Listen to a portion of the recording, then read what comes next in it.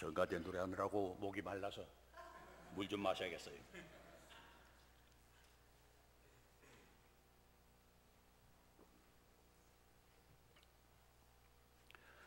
오늘 여기 회의 중에 보니까 김용원 목사님 네 분이 앉아 계신데 얼마나 반가운지 모르겠고 또 저로서는 너무나 감사한 마음을 금할 수 없습니다. 김 목사님께서 여기서 목회하실 적에 여기에 이 넓은 터를 잡고 이 아름다운 교회당을 지었습니다. 여러분 뭐 아시겠습니다만은 아무리 다녀보아도 이만한 시설과 참 터를 가진 그런 교회당이 별로 없죠. 그거 생각할 적에 너무나도 감사하고 정말 위대한 업적을 여기에 남기신 것을 생각할 때 감사한 마음을 금할 수 없습니다. 오늘은 종교개혁 500주년을 맞이해서 강연을 하는 것이 예정이었는데 이게 너무 또 딱딱하면 곤란해서 강연과 같은 설교 또 설교와 같은 그런 강연을 하려고 생각을 합니다. 이번 해는 마틴 루터가 종교개혁을 시작한 지 500주년을 기념하는 해입니다. 종교개혁은 1517년 10월 31일 마틴 루터가 95개조의 그 항의문을 독일에 있는 위텐버그라 하는 그 성문에 갖다 붙임으로 말미암아서 시작이 된 것입니다. 그때 이 95개조 항의문에서 마틴 루터는 로마 가톨릭 교회의 시당적인 오류, 그 다음에 부정부패를 지적하고 어디 나가고 한번 대답을 해봅시다, 결론을 해봅시다, 이러한 의도에서 붙여놓았던 것이에요. 서양 벽안에 사과 하나에 있는 씨가 몇 개가 됐는지는 아무나 다 알 수 있지만은 그 누구도 사과 씨 하나에 몇 개의 사과가 들어가 있는지는 오직 하나님만이 아신다, 그런 격언이 있는데 마틴 루터는 무슨 교단을 세우려는 그런 생각은 도무지 없었습니다. 그러나 그가 이렇게 항의문을 제출함으로 말미암아서 로마 가톨릭 교회에서 쫓겨나고 파문을 당해서 정말 사형수처럼 됨으로 말미암아서 결과적으로 이 종교개혁 운동이 시작이 되고 결국 이 개신교단이라고 하는 그 위대한 교회가 우리 인류 역사에 나타나게 된 것입니다. 마틴 루터의 고향인 독일에서는 100여 곳에서 이 해에 1000여 가지의 그 행사를 거행한다고 합니다. 종교개혁은 마틴 루터 혼자 한 것이 아니죠. 그 당시에 있었던 아주 유명한 분들이 존 칼빈, zwingli, 멜랑스톤, 무사, 이런 사람들이 다 협력을 했기 때문에 결국 이 종교개혁이 이루어졌고 그 당시에 유행하던 문예혁명, 르네상스, 그 다음에 또 민족의식, 그 다음에 그 국가의식이 일어남으로 말미암아서 결국 이 종교개혁이 이루어진 것입니다만은 결과적으로 마틴 루터가 순수한 종교적인 의도를 가지고 제일 처음 시작을 했기 때문에 그분을 종교개혁의 아버지라 부르는 것이 타당하다고 생각을 합니다. 영웅이 시대를 만드느냐 또는 시대가 영웅을 만드느냐, 이게 늘 이제 토의되는 제목입니다만은 그 하나만 가지고서는 위대한 사건이 일어날 수가 없는 줄 믿습니다. 둘이 합할 적에 어떤 그 위대한 사건이 역사에서 이루어지는 줄 믿습니다. 그러므로 여기서 루터가 종교개혁을 일으키게 된 그 배경, 루터의 중심 사상, 그 다음에 또한 루터의 종교개혁이 오늘날 우리 한국교회에 주는 메시지가 무엇인가, 이것을 이 짧은 시간에 간단하게 말씀드리려고 생각을 합니다. 루터가 태어난 그 시대는 중세 로마 가톨릭 교회가 유럽의 정치, 경제, 문화, 교육 모든 것을 지배하던 그런 때였습니다. 문제는 교회가 대단히 타락한 권력이었다는 것입니다. 영국의 유명한 정치가인 로드 액턴이라고 하는 사람이 말하기를 권력은 부패한다, 절대적인 권력은 절대적으로 부패한다 하는 그런 말을 한 일이 있는데, 이 말은 루터 시대의 교회를 잘 묘사하는 말입니다. 최고의 존경을 받아야 할 교황은 부정부패와 정치 사업으로 말미암아서 일반 백성들의 원성을 샀고, 신부들은 법적으로 따지면 결혼을 못하게 되어 있는데 결혼을 한 사람도 많고 또 첩을 가진 사람도 많고 또 사생활 많이 나왔다고 그래요. 어떤 사람은 또 자기 이름을 신부라고 이렇게 걸어놓기만 했지 일도 안 하면서 봉급을 받았다고 하는 것입니다. 매관매직이 성행해서 돈을 주고 그 지위를 샀는데, 어떤 사람은 5살 난 자기 아들을 위해서 주교의 자리 또는 수도원장의 자리를 매입했다고 하는 것입니다. 그 반면에 일반 주민들은 영적인 기아 상태에서 허덕이고 있었습니다. 간결하고 순수한 초대교회 신앙으로 돌아가기를 간절히 원하는 사람들이 많이 있었습니다. 그 중에 한 사람이 마틴 루터의 가족이었어요. 마틴 루터의 아버지는 광부로 출발을 해서 자수성가를 한 사람이었고 아들이 법률가가 되기를 원했습니다. 그러던 중 한 사건이 생겼는데, 하루는 마틴 루터가 이렇게 걸어가는 중에 갑자기 폭우가 쏟아지고 천둥 번개가 치면서 마틴 루터가 아이고 이거 잘못하다간 죽겠구나 하는 그런 생각이 났어요. 그때 하나님께 기도하기를, 하나님 제발 제 목숨을 살려주십시오. 살려주시면 제가 수도원에 들어가겠습니다. 그렇게 서원 기도를 했다고 하는 것입니다. 이게 늘 마음에 있다가 22살이 됐을 적에 독일 위텐버그에 있는 수도원의 수도승으로 들어가게 되었습니다. 당시 루터가 믿었던 하나님은 엄하고 무서운 하나님, 죄인을 벌주시고 지옥에 보내는 그런 하나님이었습니다. 그래서 그는 항상 자기의 부족함을 느끼면서 죄책감을 느끼고 살았습니다. 이러던 루터가 새로운 세계를 발견하게 된 것은 성경을 연구하면서 시작이 되었습니다. 루터는 성경을 연구하면서 성경이 정말 말하는 하나님은 그런 두려움과 정죄의 하나님이 아니라 사랑과 용서의 하나님이라고 하는 것을 발견하게 되었던 것입니다. 특별히 사도 바울의 서신 로마서 1장 17절 복음에는 하나님의 의가 나타나서 믿음에서 믿음에 이르게 하나니 기록된 바 오직 의인은 믿음으로 말미암아 살리라 하는 이런 말씀은 그에게 새로운 세계를 열어주었습니다. 여태까지 루터는 자기의 행위가 완전해져서 하나님으로부터 구원을 받는 사람이 되어갔다 생각을 했는데, 그러나 아무리 노력을 해도 이것은 불가능하니까 행위로서 구원을 얻는다고 하는 이것에 절망할 수밖에 없었던 그런 사람이었어요. 성경을 연구하면서 루터가 발견한 것은 이미 사도 바울이 이 문제를 가지고 아주 피나는 싸움을 했다고 하는 것입니다. 사도 바울은 로마서에서 쓰기를, 인간은 하나님 앞에서 아무리 노력을 해도 완전해 줄 수가 없어. 의인이 될 수가 없어.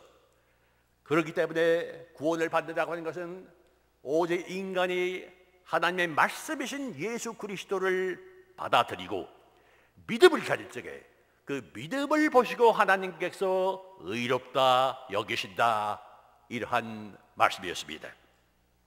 이것을 마틴 루터가 재발견한 거예요. 즉 행위로서 구원을 받는 것이 아니라 믿음으로서 구원을 받는다는 것이 진정한 예수 그리스도의 복음이라는 것을 그가 깨달으면서 루터는 새 하늘이 열리는 것 같은 놀라운 신앙의 체험을 하게 되었던 것입니다.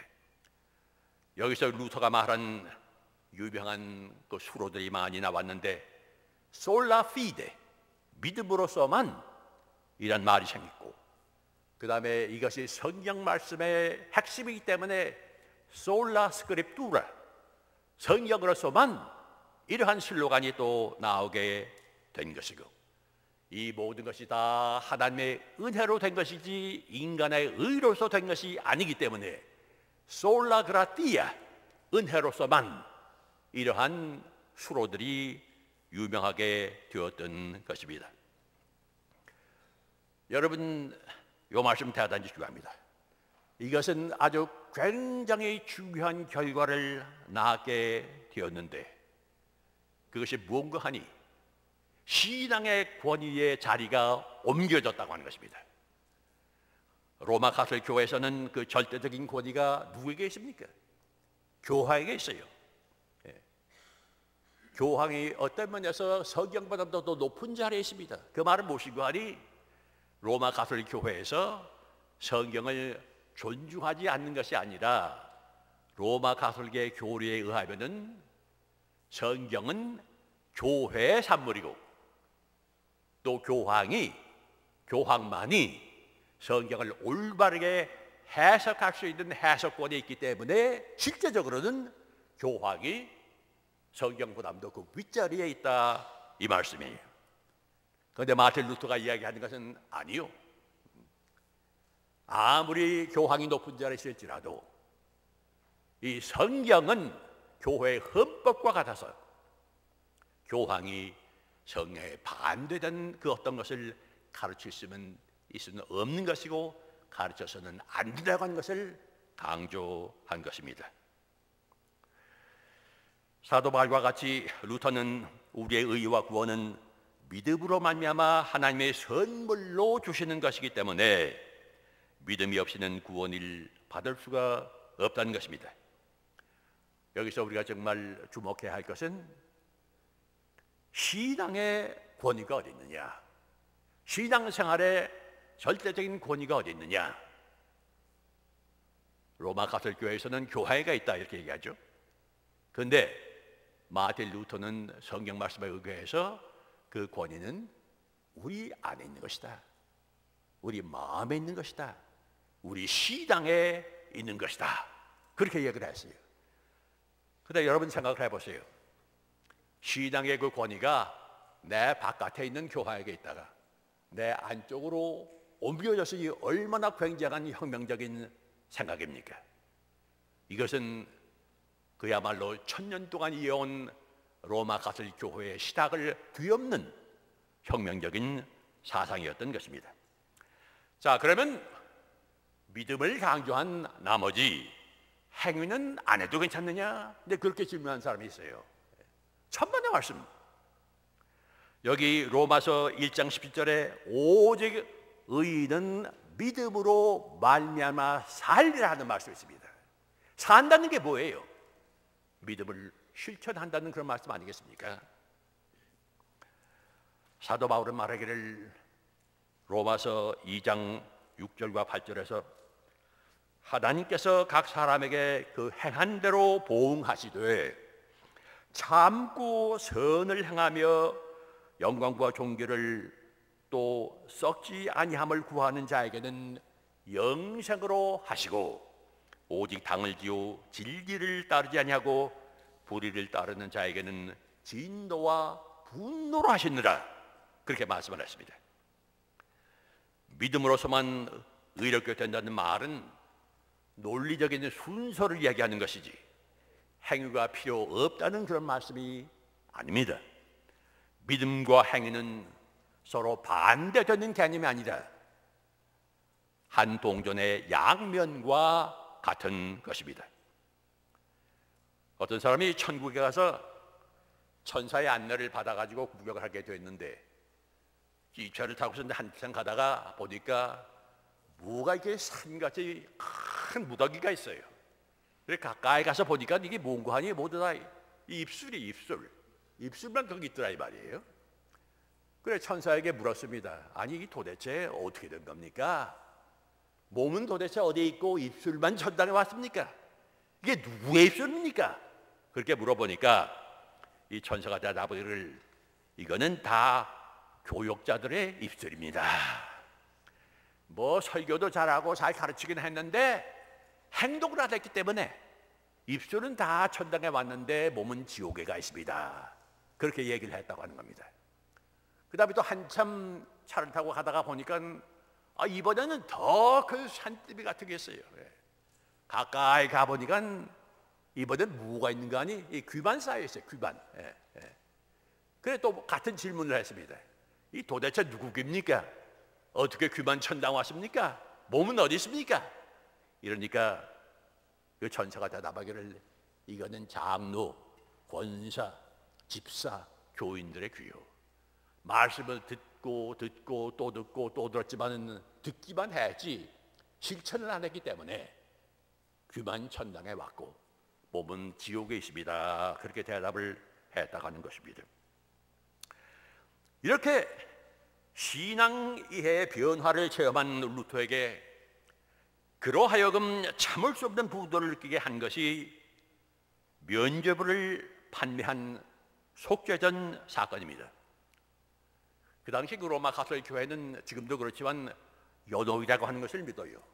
연옥이 뭐냐? 천당과 지옥의 중간입니다. 대기소와 비슷한 거예요. 이건 완전히 지옥감도 아니고 완전히 천당감도 아니니까 좀 기다려보자 하는 데가 연옥이에요. 거기에 얼마나 그 영혼이 많겠습니까? 그래 그 레오 10세라고 하는 교황이 베드로 대성전을 건설하기 위해서 돈이 많이 필요한데 돈을 걷는 방법으로 고안을 해낸 것이 속죄전입니다.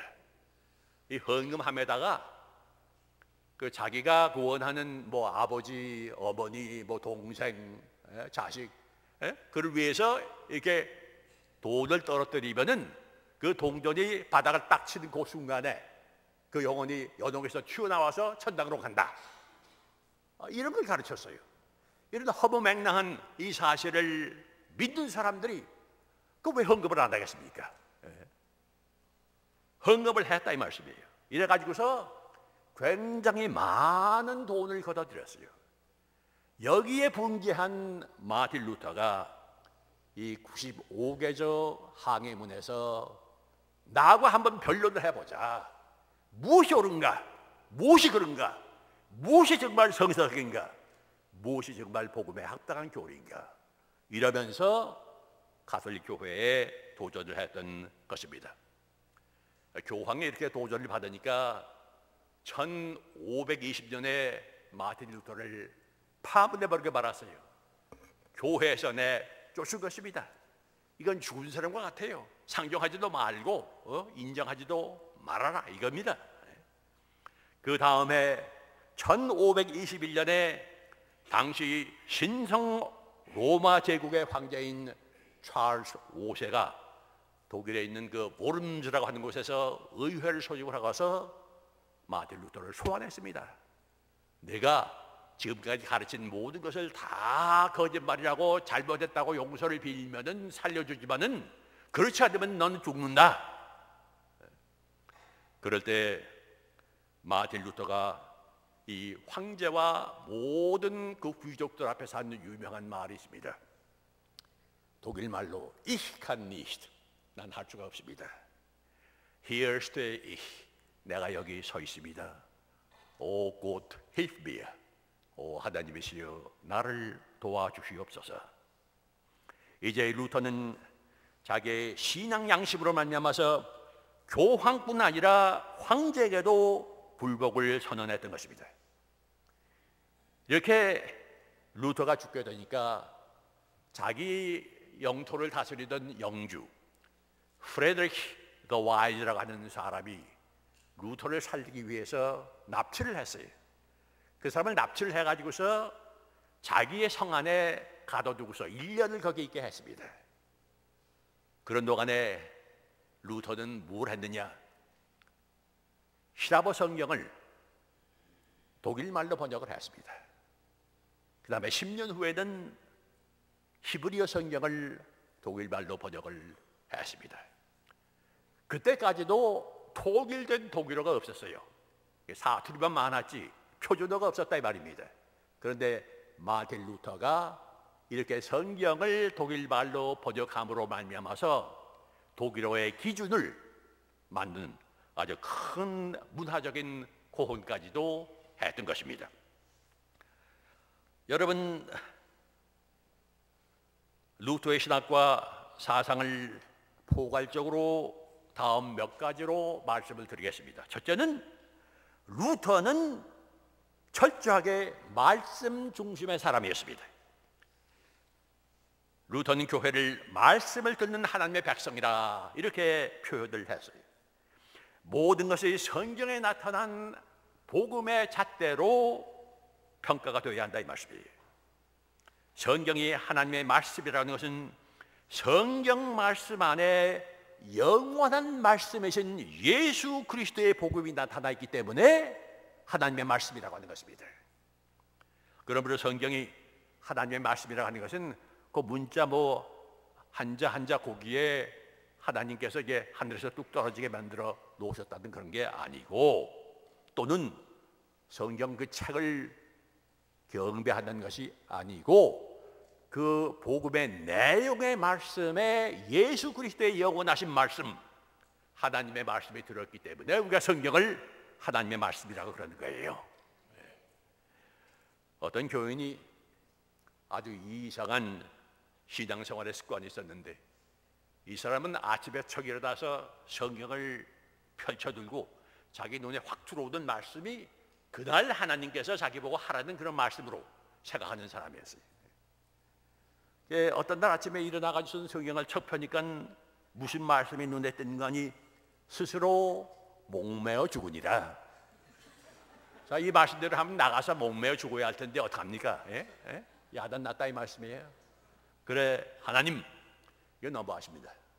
좀 다른 말씀을 주십시오. 다시 한번 확인하니까 어떤 말씀이 들어오는 거 아니? 누가복음 10장 37절 가서 너도 이와 같이 하라. 그랬다는 거예요. 물론 이 사람의 그 신앙은 훌륭하다고 볼 수가 있어요. 그러나 해석을 잘못하는 거예요. 마태복음에 있는 말씀은 가룟 유다가 예수님을 판 다음에 예수님이 사형당하게 된 것을 보고서 양심의 가책을 느껴가지고 자기가 받았던 은 30냥을 성소에 던져두고 나아가서 너무 괴로워서 목매어 죽었다는 것이지, 그 읽는 신도들 전부 다 목매어 죽으라는 그런 말씀이 아니라 이 말씀이에요. 그 다음에 누가복음 10장 37절의 말씀은 예수님께서 사마리아 사람에 대한 예화를 드시고서 그 다음에 누가 내 이웃입니까? 하고 질문했던 그 젊은 변호사에게 너도 가서 이 사마리아 사람처럼 남을 도우는 사람이 되라. 이와 같이 하라. 그렇게 말씀한 겁니다.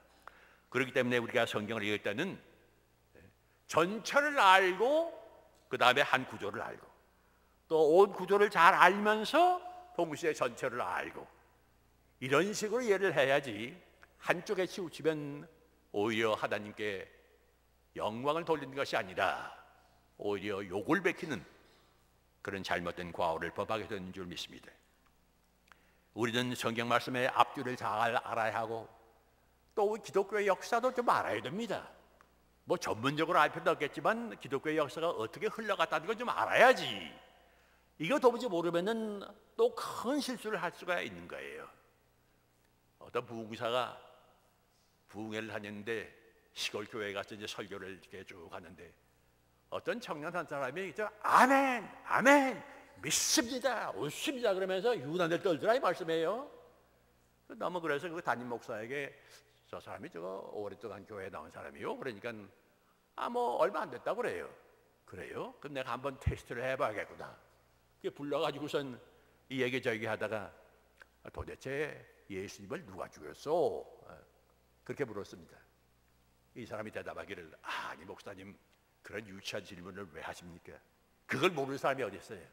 그래도 한번 대답해 보쇼. 언제 누가 예수님을 죽였어? 이러니까 마지못해서 이 사람이 대답하기를 6.25 때 빨갱이가 죽었죠, 이렇게 대답을 했다고 하는 것입니다. 그러므로 여러분, 우리가 교육을 강조해야 돼요. 자기의 믿음에 의해서 구원이 결정된 것이니까 우리가 뭘 믿는지 알아야 한다는 말씀입니다. 제가 여기 라그랜지빌에서 목회를 할 적에는 항상 그 13살 된 애들을 모아가지고서 컨퍼메이션 클래스라고 하는 걸 했습니다. 이건 이제 성인 교인이 되기 전에 교회 그 역사, 교리, 중요한 점을 한번 쫙 가르쳐 가지고서 패스를 하면은 성령 강림 주일에 안수를 함으로써 정식 교인으로 만드는 거예요. 우리 교회에 이게 있는지 없는지 모르겠습니다만은 제 생각은 이렇게 교육이라고 하는 것은 중요해요. 모르는 것을 믿을 수도 없으니까. 그렇지 않습니까? 예. 자, 두 번째로 루터는 우상 숭배를 철저히 배격한 사람이었습니다. 우상이 뭡니까? 하나님이 아닌 그 무엇을 하나님처럼 경배하고 섬기는 그것이 우상 숭배라고 하는 것입니다. 하나님은 우리의 경배의 대상이지 우리가 이용하는 도구가 아닙니다. 그런데 가만히 보면은 특별히 우리나라 교회에서 우리 욕심이 앞서가지고 하나님 먹고 주고 해달라고 그래요. 여러분 기도할 때 제일 강조되는 게 뭡니까? 주시옵소서, 주시옵소서, 주시옵소서. 자꾸 달라고만 그런다 이 말씀이에요. 하나님을 위해서 내가 뭘 하겠다는 그런 말은 없어. 물론 하나님께 강구하는 건 당연한 이야기지만은, 그러나 너무 축복을 강조하다 보면은 이것이 소위 기복신앙이라고 해서 축복받는 그것이 우상화되는 것입니다. 그것이 우리나라 교회의 편만하다 이 말씀이에요. 세 번째, 루터는 모든 믿는 자는 제사장이라고 하는 것을 강조했습니다.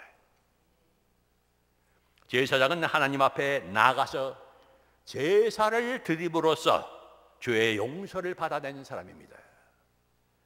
그래, 루터는 모든 믿는 자들이 하나님 앞에 직접 나아가서 죄를 회개하고 용서를 받을 수 있기 때문에 제사장이 필요가 없다, 그렇게 이야기를 한 거예요. 우리가 믿음의 확신을 가지게 되면은 용서의 확신도 가지게 되는 것입니다. 이것은 정말 혁명적인 교리였어요. 이것은 믿는 자의 최고의 특권인 동시에 또 믿는 개개인이 가지고 있는 또 최고의 부담도 되는 것입니다. 어떤 때는 믿는다고 하면서도 용서의 확신이 없을 적에 얼마나 괴롭습니까? 위에 말씀한 것 같이 마틴 루터는 그러기 때문에 하나님과 인간 가운데 중간 역할을 하는 제사장의 필요가 없다, 이렇게 말씀을 한 것입니다. 근데 그 우리나라에서는 이제 무슨 일들이 가끔 있는 거 하니 그 목사님들이 자기가 평신도들과 하나님과 그 사이에 은혜의 통로가 된다, 이런 인상을 자꾸 심어준다고 그래요. 근데 그것은 마틴 루터가 얘기한 제사장, 만인 제사장의 교리와 어긋나는 것입니다. 우리는 다 평등한 사람들이에요. 누가 뭐 더 중요하고 덜 중요한 사람이 없습니다. 하나님 앞에 동일한 형제요 자매인 것입니다. 그렇기 때문에 서로 격려하고 서로 도와주고 서로 보완하면서 믿음을 북돋아주면서 사는 그것이 진정한 개신교 교회의 교회가 아닌 것입니다. 디트리히 본헤퍼라고 하는 아주 유명한 독일 신학자요 루터교회 목사가 있었는데, 그분이 무슨 말을 한가 하니 하나님이 형제의 입 속에 하나님의 말씀을 넣었다. 그러므로 우리는 형제의 입을 통해서 하나님의 말씀을 듣는다, 이런 이야기를 했습니다. 여기서 그 한 가지 언급할 것은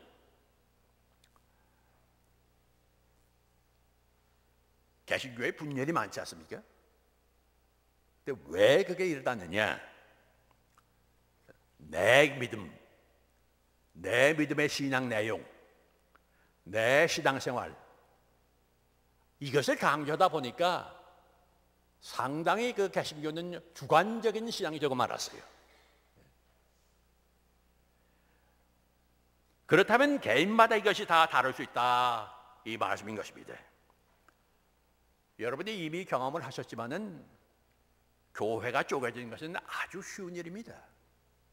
합하기는 힘들지만은 쪼개지기는 아주 쉬워요. 그 이유는 역시 이 주관적인 것을 강조하다 보니까 자기에게 맞지 않으면 떠나는 거예요. 쪼개는 거예요. 어떤 사람이 연구를 해보니까 이 세계 개신교의 교단이 4,500이나 된다고 하는 것입니다.